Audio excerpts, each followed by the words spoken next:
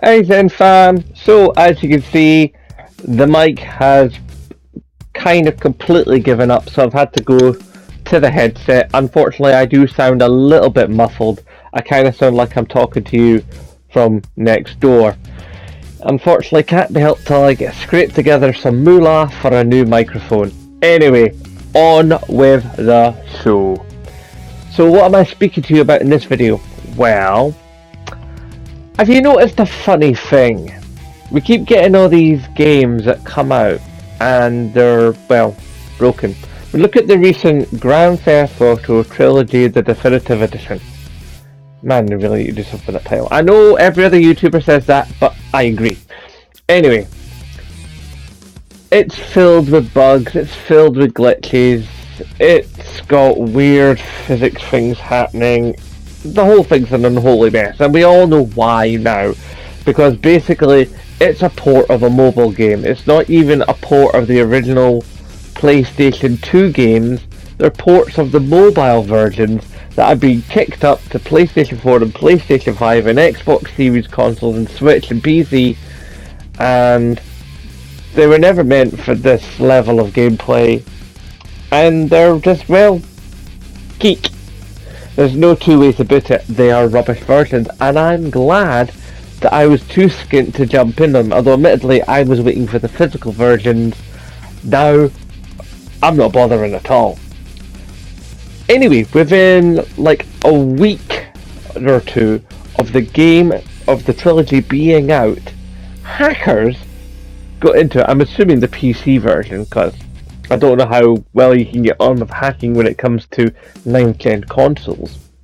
But anyway, hackers got in and they fixed the horrible, terrible, can't see where you're going, visually disturbing, stupid white rain that was made for the trilogy series. Apparently it's at its worst in San Andreas, although some people say it's at its worst in Grand Theft Auto 3. You know, you make up your mind, you spend your money, you hate your chances. Anyway, so there's all kinds of things that need to be fixed in the game. And there was all kinds of things that need to be fixed in the game in the before time. And who fixed those again? Oh yeah, hackers. Who's done some of the best fixes when it comes to Cyberpunk 2077? That would be hackers again, wouldn't it? Who fixed it when Skyrim was going all kinds of crazy? I made loads and loads of interesting mods for it. That would be hackers again, wouldn't it? Who's made all the interesting mods for Grand Theft Auto 4, Grand Theft Auto 5? Basically any game of particular note you can think of. Who's made all the really interesting mods? Well, that would be hackers again, wouldn't it? Who was it that allowed the hot coffee mod to be used on PS2 and discovered that all the tracks and the hot coffee mod were still inside this new version of Grand Theft Auto San Andreas and Grand Theft Auto the Trilogy Edition Definitive Edition? Hackers. Who is it that basically made it so that you could buy a PSP and put anything you like on it and play anything you like on it? That again would be hackers, wouldn't it? Who is it that made sure that you could take a PlayStation Classic and turn it into a machine where you could fill it with literally hundreds of games instead of the original 20 odd that it came with? That'd be hackers again, wouldn't it? Who is it that's currently been working on a backwards compatibility mod for PlayStation 4 and for PlayStation 5 that would allow it to play games from PlayStation 1, PlayStation 2 and PlayStation 3, you know, without the need for web-based emulation? Oh, that would be hackers, wouldn't it? Yeah. So herein lies the question. Why not employ them? You know, if these hackers are so great and so dedicated that they want to spend their time, their effort, you know, making these games and these services and these machines perform better than they were before, then don't take their content away. Like Rockstar did. I mean, Rockstar, before they launched the big mad Grand Theft Auto title, they went around and they took down all the Grand Theft Auto mods for those free titles. All of them. They just DMC claimed them away. Oh, you can't have that, you can't have that, you can't have that. So if you didn't have them downloaded already, you were SOL, my friend. You just had none. You couldn't get those mods anymore, and you can't buy those original games anymore unless you already got physical versions or you already had them downloaded. You ain't getting that no more. It's like, hire the hackers.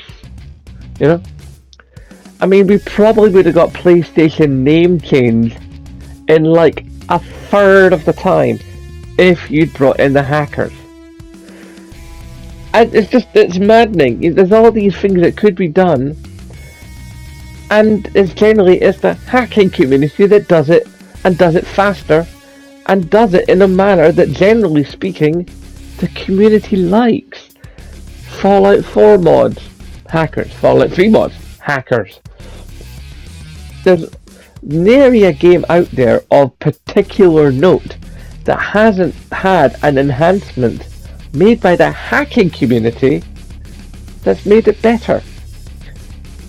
Let's put hackers to work.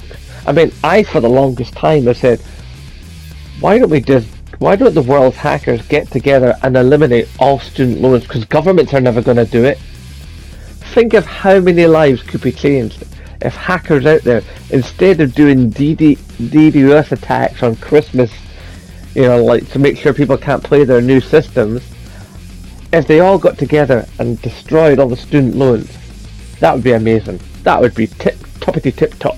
That would just be life changing for literally millions of people. But no, they don't do that. So why, if there's this incredible brain resource out there, why don't you just put up a temporary little contract and get these particularly talented, driven people to fix stuff? Sony, Nintendo, Microsoft, hell, even the big publishers, Activision, Take-Two, EA, Ubisoft, Bethesda, work with the hackers, slip them a few quid and improve your games. I mean, let's face it, right?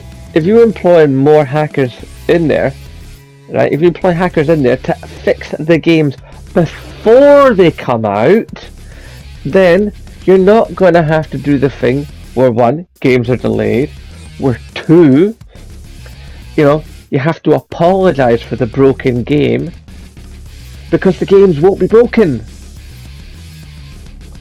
I mean, in the words of Mugatu out of Zoolander, I feel like I'm taking crazy pills here.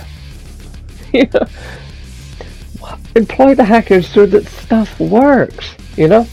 Have it as an extra layer to your dev teams. Your dev teams work hard. They know the systems inside out, and they do what they can do. But if you can bring hackers in that may have a sideways way of looking at the problem, then incorporate that. Play smart. You don't have to, sue these guys into oblivion.